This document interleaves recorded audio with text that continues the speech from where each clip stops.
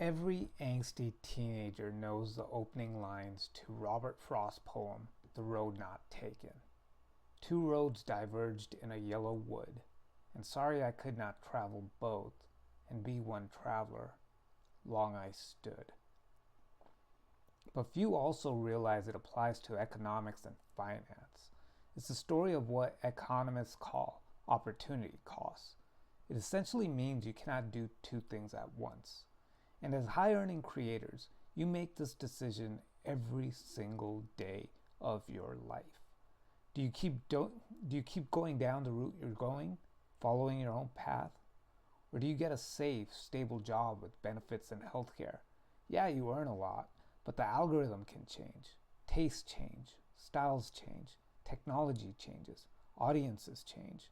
It's happened before and will happen again. But doing one means giving up the other. Freedom versus safety, greatness versus being average. After all, you're not Schrodinger's cat, both dead and alive at the same time. The same idea applies to your finances.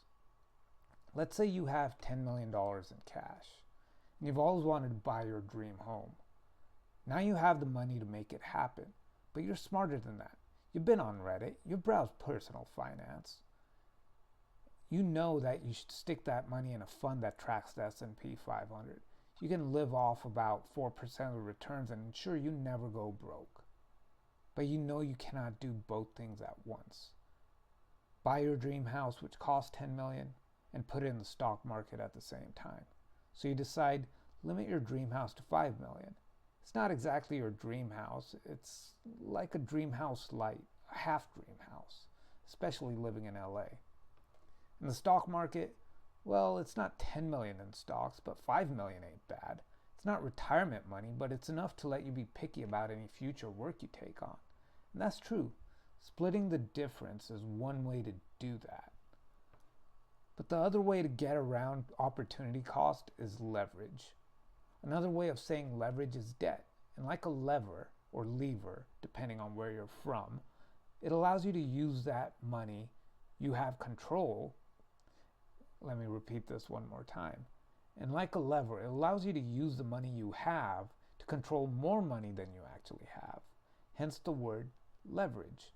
It allows people earning $50 to $100K to buy homes that cost $300 to $600K, despite only having $40,000 to $50,000 saved up. And you've got $10 million saved up but cannot buy the home you want without also putting yourself in the poorhouse. And I know what you're going to say. Consumer debt is at an all-time high, and that's why Americans are broke. And you're not wrong, but the issue isn't debt, but rather purchases made with that debt. I mean, chances are you believe the government doing debt spending is not only okay, but good for the economy. I know people who would disagree, but the fact remains that you believe it means that some debt spending is good. And the same with companies like Amazon and Google. For example, Google is one of the richest companies in the world. If you were to look at Google's balance sheet, it has about $180 billion in debt. But Google as a company is far from being in the poorhouse despite having more debt than your neighbors combined.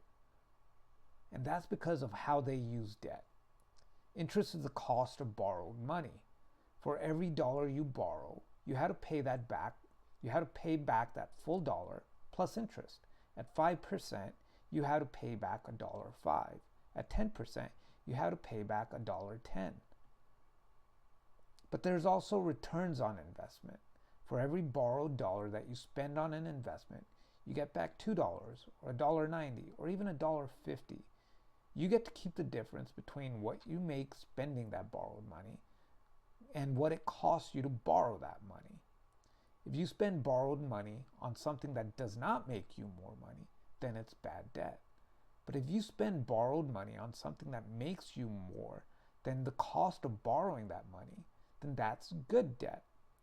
Coming back to your $10 million dream home versus putting it in the stock market, unlike Robert Frost's philosophical questions about major life decisions and theoretical physics questions about the nature of reality and knowledge, in finance, it's sometimes possible to do both. In this specific case, you absolutely can. For example, you could take that $10 million cash and put it into a fund that follows the S&P 500 using a brokerage account. Which brokerage account? The one at a private bank most willing to lend you the full $10 million to purchase your dream home without any down payment at an interest rate somewhere in the low fives. Which private bank? The same one I got from my client to do just that on a home she was looking to purchase in the Highland Park area of Dallas, Texas. All she had to do was move her money from her current bank to this private bank, and they lent 100% of the money she needed to buy this home. She didn't even need to move the full amount, just enough to start a relationship. So while you might not be able to eat your cake and have it too, with good debt used in the correct way, you can certainly get close.